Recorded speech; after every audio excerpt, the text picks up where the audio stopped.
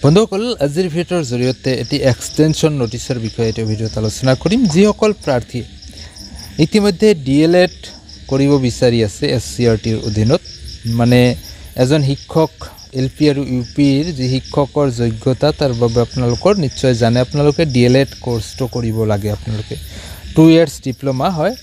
তো এই D.El.Ed course কৰিবলৈ যাওতে প্ৰি এন্ট্ৰি টেষ্ট যেটো পেড বুলি কোৱা হয় প্ৰতি বছৰে অনুষ্ঠিত হয় তো অহা যেটো শিক্ষাবৰ্ষ 2025-27 এই 25-27 শিক্ষাবৰ্ষৰ বাবে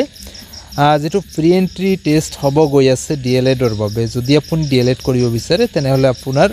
25-27 বৰ্ষত আপুনি যদি ডিএলএড কৰিব বিচাৰে তেনেহলে আপোনাৰ প্ৰি এন্ট্ৰি টেষ্ট দিব লাগিব তাৰ বাবে ইতিমধ্যে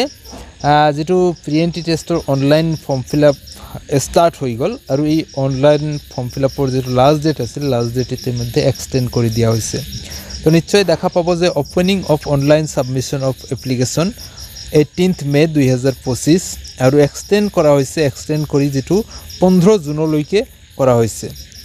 আৰু লগতে দিয়া হৈছে এডমিট কাৰ্ড যেটো আছে প্ৰি এন্ট্ৰি টেষ্টৰ 5 জুলাইৰ পৰা স্টাৰ্ট হ'ব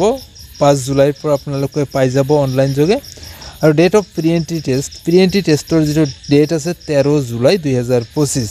ৰিজাল্ট ডিক্লেয়াৰ কৰা হ'ব 28 জুলাই 2025 তো বন্ধুসকল ইয়াতে ৰঙা আখৰত উল্লেখ কৰা হৈছে submission of online application is extended টিল 15th জুন 2025 তো নিশ্চয় আপোনালোকে দেখা পাব যদি আপোনালোকে যেটো ফর্ম